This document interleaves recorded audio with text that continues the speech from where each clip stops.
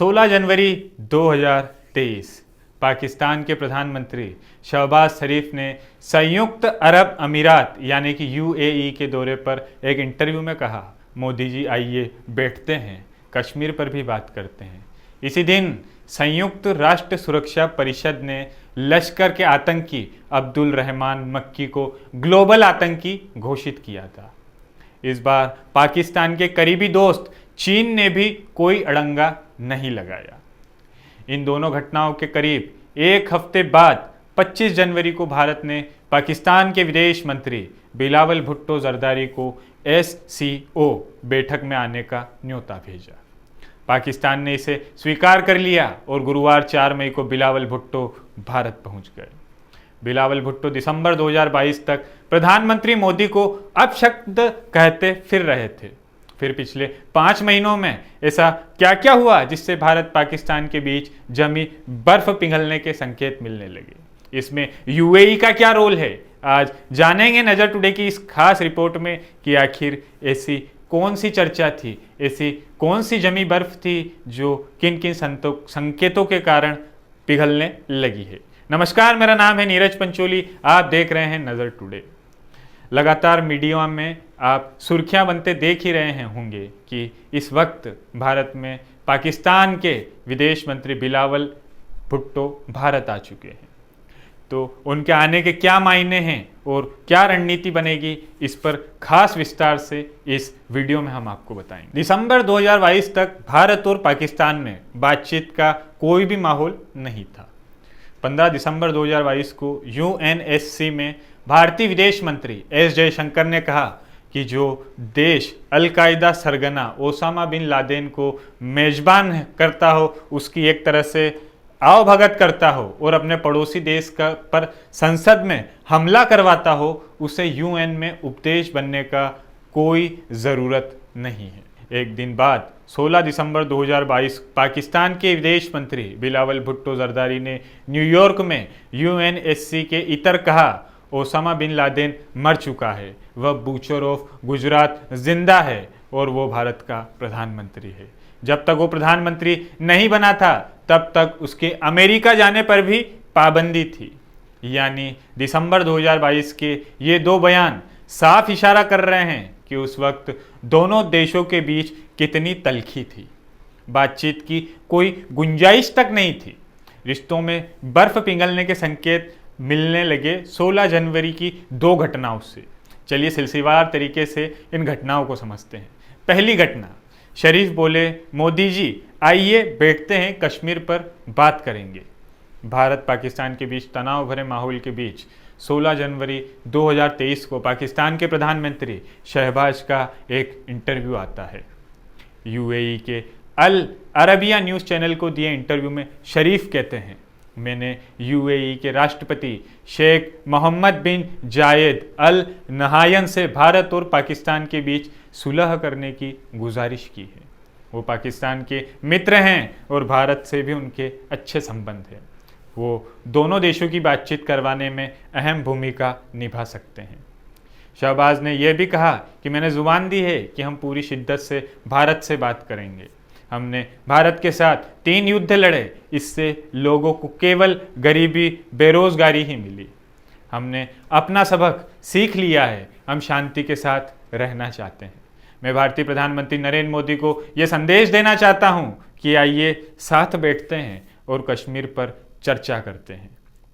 इसके इतर दूसरी घटना, लश्कर आतंकी ग्लोबल टेररिस्ट जब घोषित हुआ और उसमें पाकिस्तान के परम मित्र चीन ने कोई भी अड़ंगा नहीं लगाया। संयुक्त राष्ट्र सुरक्षा परिषद में लश्कर के आतंकी अब्दुल रहमान मक्की को ग्लोबल आतंकी घोषित किया गया और इसमें चौंकाने वाली बात यह थी कि इस बार पाकिस्तान की सबसे बड़े हितैषी और सबसे करीबी सहयोगी देश चीन ने कोई भी अड़ंगा नहीं लगाया। इतना ही नहीं, चीन ने खुद अपने इस कदम पर सफाई देते हुए कहा कि आतंकवाद मानवता का दुश्मन है। इससे पहले 2022 में चीन ने मक्की समेत पाकिस्तान में मौजूद 5 आतंकियों को ग्लोबल आतंकी घोषित होने से बचाया था। इसके बाद भारत ने पाकिस्तान के विदेश मंत्री बिलावल भुट्टो को न्योता भेजा 19 जनवरी को भारतीय विदेश मंत्रालय के प्रवक्ता अरिंदम बागची ने शहबाज शरीफ वाले बयान पर प्रतिक्रिया दी। अरिंदम बागची ने कहा कि भारत हमेशा से ही पाकिस्तान के साथ सामान्य रिश्ते बनाए रखना चाहता है। हालांकि इस तरीके के रिश्ते के लिए आतंक और हिंसा से मुक्त माहौल होना जरूरी है। ऐसी बातचीत के लिए अमन का माहौल होना भी चाहिए। हमारा देश से यही नजरिया रहा है। इसके बाद 25 जनवरी को भारत की ओर से पाकिस्तान के विदेश मंत्री बिलावल भुट्टो जरदारी को एससीओ बैठक में आने का न्योता भेजा जाता है।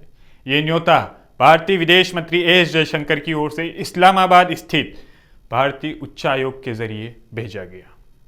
एससीओ में भारत और पाकिस्तान के अलावा चीन, रूस, कजाकिस्तान, किर्गिस्तान, ताजिकिस्तान और उज्बेकिस्तान शामिल है। इस बैठक के लिए चीन और रूस समेत दूसरे मध्य एशियाई देशों के विदेश मंत्रियों को भी न्योता भेजा गया। ऐसे में पाकिस्तान के विदेश मंत्री को न्योता भेजे जाना सामान्य कदम लगता है, लेकिन सिर्फ इतना भर नहीं है। यूएई की कोशिशों से भारत पाकिस्तान के संबंध में काफी पॉजिटिव यानी कि सकारात्मकता देखने को मिली है। इसका एक बड़ा कारण ये भी है, 14 फरवरी 2019 को कश्मीर के पुलवामा में जो आत्मघाती हमला हुआ था, जिसमें 40 सीआरपीएफ जवान शहीद हुए थे। 26 फरवरी 2019 को इंडियन एयरफोर्स ने पाकिस्तान के बालाकोट में सर्जिकल स्ट्राइक की। इसमें कई आतंकियों के मारे जाने का दावा किया जाता है। 5 अगस्त 2019 को भारत सरकार जम्मू कश्मीर को विशेष दर्जा खत्म करते हुए अनुच्छेद 370 खत्म कर देती है। इसे केंद्र शासित प्रदेश घोषित करती है। 2019 में घटी ये 3 घटनाएं थी, जिसकी वजह से भारत और पाकिस्तान के बीच संबंध बेहद खराब होते चले गए।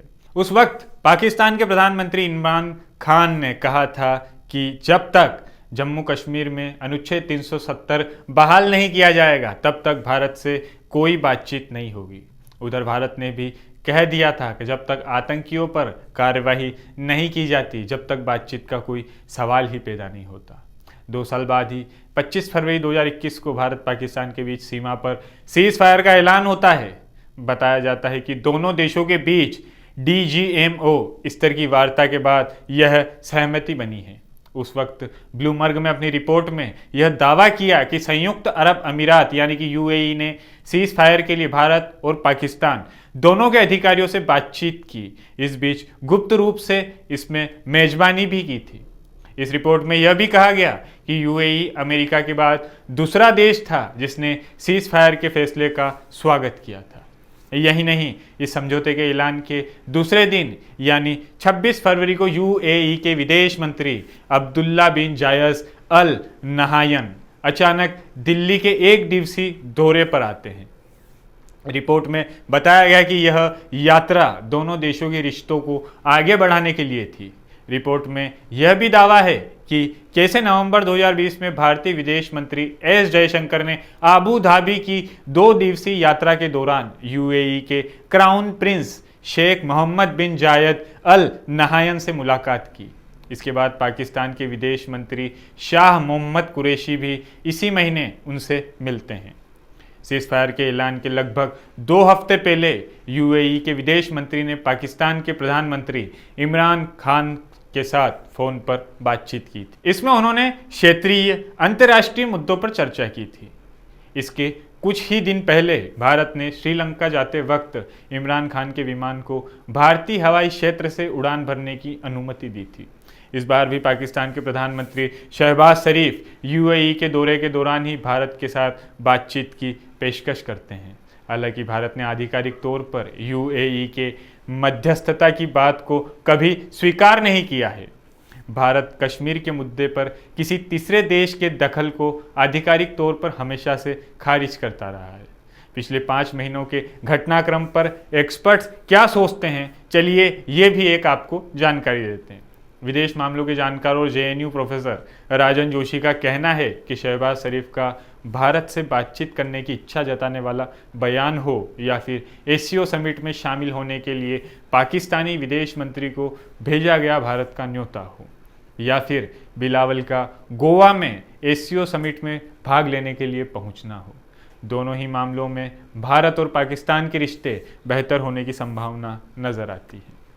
इसकी एक मजबूत वजह यह भी है कि इस वक्त पाकिस्तान की आर्थिक स्थिति काफ़ी नाजुक है। हालांकि दोनों देशों की बातचीत के लिए एक मंच पर आना इतना आसान भी नहीं है और न ही इस तरह के किसी भी प्रयास से अभी आतंकवाद पर लगाम लगाई जा सकती है। इसकी दो वजह हैं। पहली, पाकिस्तान सरकार में ही भारत से बातचीत करने के मुद्दे पर सभी मंत्री और सांसदों में एक तरह से मतभेद है। इसका दूसरा कारण यह है कि पाकिस्तान में सरकार के अलावा सेना का बड़ा अहम रोल है और वह यह समय समय पर अदा भी करती है। सेना के बड़े अधिकारी का अभी दोनों देशों के रिश्तों पर कोई भी आधिकारिक बयान नहीं आया है। ऐसे में शहबाज के बयान और बिलावल भुट्टो के एससीओ समिट में भाग लेने को अभी सिर्फ रिश्ता बेहतर मानने के प्रयास के तौर पर देखना चाहिए। भारत के साथ संबंध सामान्य किए बिना पाकिस्तान का कोई भविष्य नहीं है। भारत से सस्ता सामान लेने के लिए पाकिस्तान को अपने तौर तरीकों में सुधार करना होगा और आतंकवाद का निर्यात बंद करना होगा। व्यापार और अन्य चीज़ों में भारत की मदद के बिना पाकिस्तान जीवित नहीं रह पाएगा और जिस तरीके के हालात अभी पाकिस्तान में हैं, कहीं ना कहीं उसे ये चीज़ सोचने पर मजबूर करती है कि आखिर हम क्या निर्यात कर रहे हैं और क्या आयात करने का प्रयास कर रहे हैं। इसी तरह की तमाम सूचनाओं, तमाम जानकारियों और तमाम रिसर्च रिपोर्ट देखने के लिए देखते रहिए नज़र टुडे। इसे तो अगर आपका कोई सुझाव हो तो कमेंट बॉक्स में सादर आमंत्रित है। शुक्रिया।